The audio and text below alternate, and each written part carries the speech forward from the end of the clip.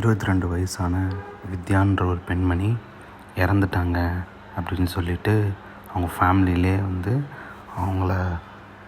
அவங்களுக்கு தெரிஞ்ச இடத்துலையே வீட்டு பக்கத்துலேயே வந்து புதைச்சிட்றாங்க.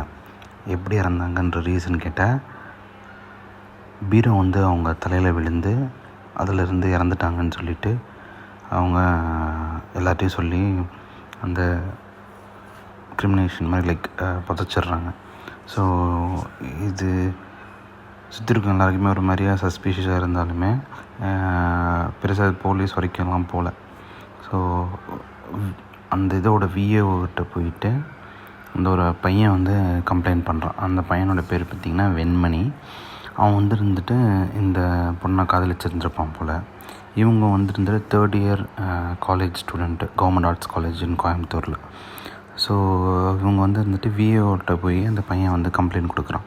இது மாதிரி நான் கால் பண்ண ரீச்சே ஆகலை, அந்த பொண்ணுக்கு என்ன ஆச்சுன்னு சொல்லி தெரில, நான் போய் கேட்டால் இறந்துருச்சுன்னு சொல்லி சொல்கிறாங்க, எனக்கு அது சஸ்பீஷியஸாக இருக்குது, நீங்கள் கொஞ்சம் என்னன்னு சொல்லி விசாரிங்கன்னு சொல்லி அவன் கம்ப்ளைண்ட் மாதிரி கொடுக்குறாங்க.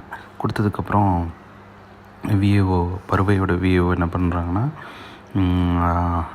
அவங்க வந்து சரி நீங்கள் செக் பண்ணி சொல்லுங்கள் என்னன்னு சொல்லிவிட்டு போலீஸ்க்கு வந்துட்டு அவங்க ஆர்டர் கொடுக்குறாங்க.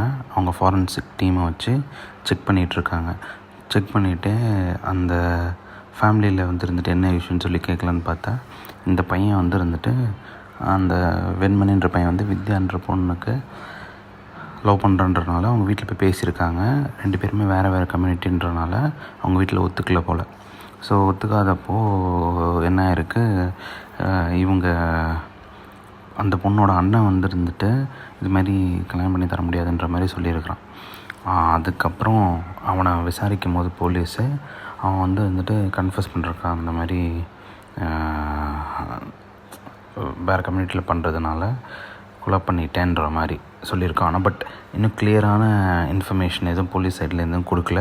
பட் அந்த எங்கே புதைச்சாங்களோ அங்கேயே வச்சு ஃபாரன்சிக் டீம் இருந்துட்டு ஆட்டாப்சி இது என்னென்ன இதெல்லாம் பண்ணுறாங்கன்னு சொல்லி ஃபாரன்சிக் டீமில் அவங்க வீட்டில் இருக்கிறதெல்லாம் இது பண்ணிவிட்டு டாக்டர் இருந்துட்டு அந்த இடத்துல புதைச்ச இடத்துல அவங்கள எடுத்து ஆட்டாப்சி பண்ணிகிட்ருக்காங்க. பண்ணி இந்த மாதிரி தலையில் பலத்த காயம் ஏற்பட்டிருக்கு, அதில் தான் ரத்தம் போய் அவங்க இறந்துருக்குன்னு சொல்லிட்டு இவங்க தலையில் காயம் ஏற்பட்டதையும் பீரோ தான் தலையில் விழுந்துச்சுன்ற மாதிரி மேட்ச் பண்ணியிருக்காங்க.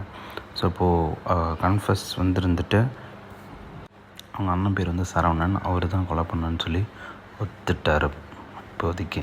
ஸோ ஃபர்தராக என்ன கேஸ் டீட்டெயில்ஸ்ன்னு சொல்லிட்டு இனிமேல் அவங்க சொன்னால் தான் நமக்கு தெரியும்.